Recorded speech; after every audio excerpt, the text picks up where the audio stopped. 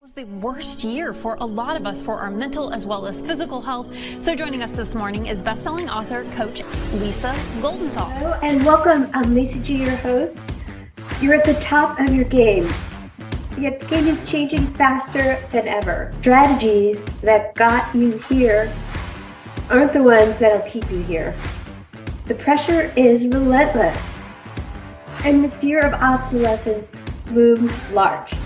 That's why I'm here. Welcome to the new podcast series, Disrupted: How to Be Gritty and Unlock Performance in Business, Mindset, Wellness, and Success to help you master disruption. Thanks for coming, and I'll see you soon.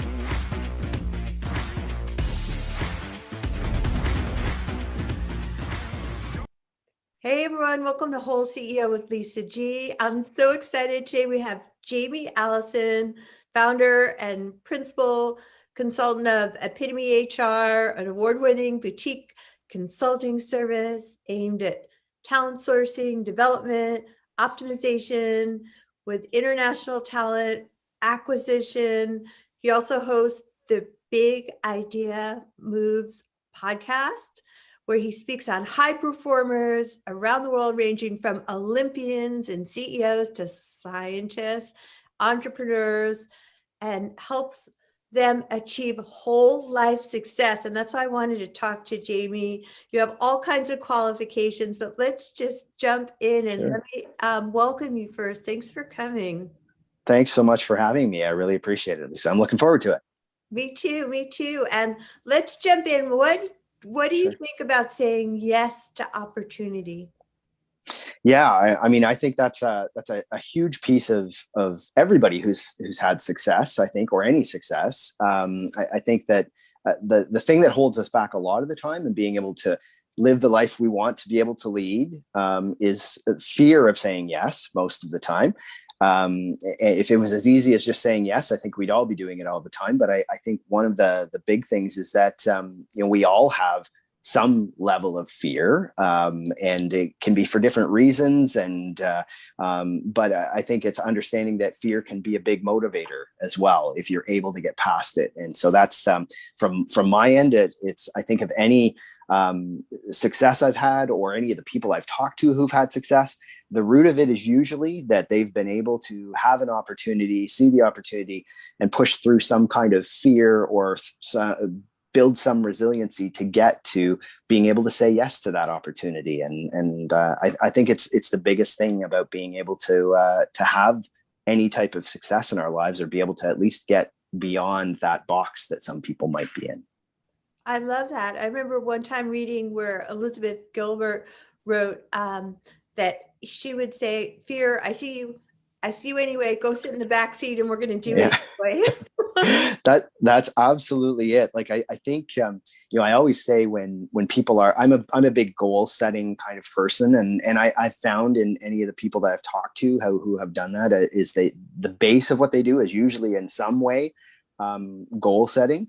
And, the one way of getting through the fear, I think a lot of the time, is being able to, the one missing thing, and this is in business or in personal, I think, is being able to reflect on the past a bit before you jump into goal setting. Because I think once you start thinking of all of the accomplishments you've been able to achieve to a certain period of time, that's how you also see, okay, things that might have not seemed achievable or might have been really scary in the past, you've been able to get past, and that kind of gives you some of that courage to push forward into it as well. So I think reflecting before you even set your forward thinking goals and intentionally what you want to do is extremely important. And I think it gives you the courage, I think, to move past some of those things too. Oh, wait, I love this topic. I'm going to stay on this topic because this is like a huge thing that can either inspire you and motivate you. But I love taking stock of things you've already done, because I think we're always such big goal setters. We're always like, I'm on to the next thing without saying, I did that first thing. And that's it. Learning from those mistakes and lessons along the way. So I want to ask you, do you have some steps you want to share with our audience about overcoming fear? Sure. And I think it's a little bit, I think there are some very specific steps to do that. One is to do that reflection, I think, first, about really kind of getting the courage to move to the next step. But then it almost goes into a bit of a goal setting kind of, standpoint is the first thing is I think, figuring out what you want, because in order to face any type of fear, it's important to be intentional and really figure out what is it that you really want the end game to be. And in order to do that, we usually say is get yourself in a mindset to do that. Right. And so it's give yourself permission to just throw everything down. It's okay if right now you're afraid, be completely afraid. Don't put any judgment on it at the front end of it. You can deal with the fear afterwards when we get to the action planning. But the first little bit is really being quite intentional and figure out what it is that you want to be able to do, where you want to be able to move some of those big goals, big, hairy, audacious goals, whatever you want to call them. And I think that's a first step. And then when you get to that point where you've decided, okay, there are a few things that are scary. It's that recognition that you have a choice and that you can choose to not face the fear. Right. Or you can choose that, you know what, we'll break it down into steps. We'll break it down. We'll build the resiliency muscle to get there. But it really is about making the choice to say, you know what, I'm gonna try it, and I'm gonna keep trying until I get there. And I think that's really especially the fear step that gets you past that. I think of, I'll give you a very specific example from my own experience, but so long ago, I mentioned to you before we started talking about how I used to be in radio and broadcast journalism, and very early on, the things started to change already that you see now, where technology has taken over kind of how even that whole industry works. Right. We're doing what we do now because of that. Right. But even then that happened. And when you're a really young person in that industry, which I was at the time, we were called in to ask, okay, well, we are changing to a technology-based format. Do you know how to run a board, and can you do that instead of doing what you'd normally do on the weekend? And I didn't know how to do that. I was the only person who didn't, because they were all they were all disc jockeys at the time who knew how to do that. Yeah. But I decided, you know what, like, if I want the opportunity, I have to say yes, and I have to learn, and I've got 2 weeks to learn. And that's, you find out all the people that can help you. You can do all those things. And that happens every day to people right now. If you want to start a podcast, there's people like you to talk to, other people. Just how do you go about doing it? Right. And I think that's it, is being intentional, and then mapping out the action plan to get there, and building the resiliency as you go along. I love that example that you shared, because it's like the idea of acknowledging your fear and then just doing it anyhow. I think a lot of times we're all afraid, but we jump in. I didn't have any idea how to do a podcast, and Sure. plenty of other things that I've done have been really scary to me. Number one, like speaking in general. It's like, Yeah.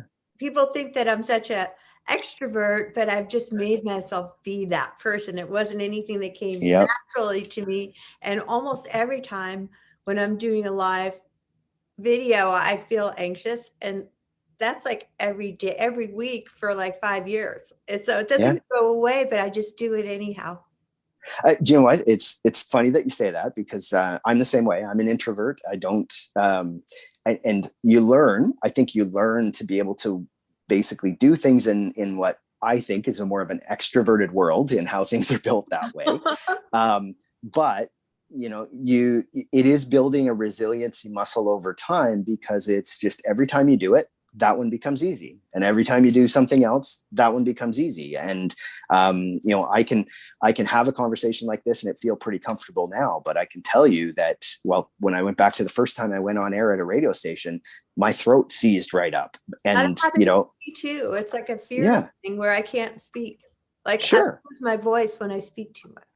Yeah. And I think lots of people have that, but there are even extroverts that worry about other things, about maybe when they've done some work that's more database work, and they are afraid to show it to somebody because they think maybe they're not as good as somebody who is an introvert who loves doing that work.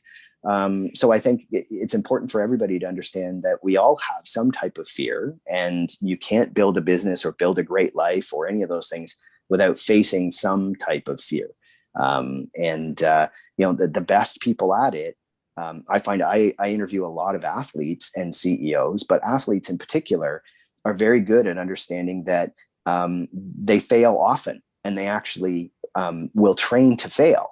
And that's how they move to the next level. And I talked to, I don't know if you know, there's a woman named Tia Claire Toomey, who is the fittest woman in the world and has been for many years in CrossFit. And she said the same thing, that was the biggest learning for her to be able to get better, was to understand that it was about failure was how she was going to get better, and not that she would just go to a certain level and feel she'd met her goal. She had to get comfortable with failure. And I think it's the same thing when, failure is a fear. Once you get past that, you get better, and that's your growth zone, right? Awesome. I love that we all have to fail forward, and that you bring that up, because so many successful people that I talk to all the time say the same thing. Even historically, like people that I've studied, the most successful people in the world develop that success based off a huge failure. And the secret is, and this is why I love the topic of resilience, is just to keep going. It's only a failure. It's like if you're in the stock market or something, it's only a loss if you stop and you sell at a low point, and it's only a failure if you give up. So don't give up, dream big. I have one more question for you guys. Sure. For my audience, I want to talk about 10xing your personal and professional success, and an action plan too, where true growth comes from. Yeah. I think, taking that model that we talked about really kind of building out your goals, I think you need to look at it holistically. And a lot of people only look at it in one area. If they're building a business, they only look at it at building a business. If they want to do a podcast, they only look at it there. If you really want to kind of do that, large impact place, you take off the barriers of that. And I always have kind of 4 areas to look at, and everyone has different kind of, I think different ways of looking at it, but I think health and fitness is a big, huge one, because that really enables you to be able to move, achieve goals in other parts of your life. Right. I also have kind of relationship and community influence goals. So those are kind of an integrated area for what I look at. Work life. So that could be business, could be entrepreneurship, could be a lot of, or just working in your business. And the other one is financial well-being. And so we kind of look at those, and in order to really kind of boost those goals is that you've already done the overview of, where do I want to be? Right. Outline that, and then get down to very specific, smart actions. I'm sure most people in your audience have probably heard that many times before, but be very specific about your goals, but do them in increments, so that way you do build that resiliency muscle. And once you've kind of hit those things in different areas of your life, that whole kind of roadmap of where you want to be, then you need to make sure you celebrate. It's real. It's kind of a circle, because we talked about kind of revisiting the things that you've done. Constantly revisit, because I think you're right when you said that we get stuck in always looking forward, always looking for the next thing. Right. And it's not to say that's not good. That's me a lot of the time. I feel like I need to be reminding myself to take stock in all that I have accomplished. Absolutely. Like I will tell you, when I was in corporate business instead of kind of with my own company, that was the biggest impact, I think, was when you sat down with your own team and said, hey, let's remember all the great things we've already done to get here. Because I think when everybody's caught in that, if it starts to feel like the hamster wheel, instead of it being, look at all these great things, and that gives you energy again to really be innovative, be a little more kind of 10x, and look through something that's, how do we become bigger and better, but do it from an empowered and kind of, really positive mindset kind of standpoint. So I just think that's kind of how you build that out as much as possible. And that's where we kind of have like a plan to help people do that and things like that, which I'm sure you do as well, is how do you put that forward? I really appreciate it. I hope you guys are taking notes, because there is so many knowledge bombs that have been dropped into just this one short interview. So Jamie, any final words you have for our audience? No, I just think I've followed your stuff for a long time. I think I think anyone listening should obviously be following your stuff lots. And from my end, I mean, I think it's just the biggest thing is just to not worry about fear. I mean, we all get afraid, and it can either be powerful and give you more of more to your life, or it can hold you back. And to me, it just seems a heck of a lot more appealing to be the opposite. So thank you for having me. I really appreciate it. Oh, thanks, Jamie. Thank you for being here. And where can people find you? So a couple of different things, I guess, would be my company is called epitome.HR. So it's www.epitome.HR.com. My podcast is www.bigideabigmoves.com. And I'm on LinkedIn, and feel free to connect with me there. Awesome, Jamie Allison. Thank you for coming to WholeCEO with Lisa G. All right. Thank you for having me. I appreciate it.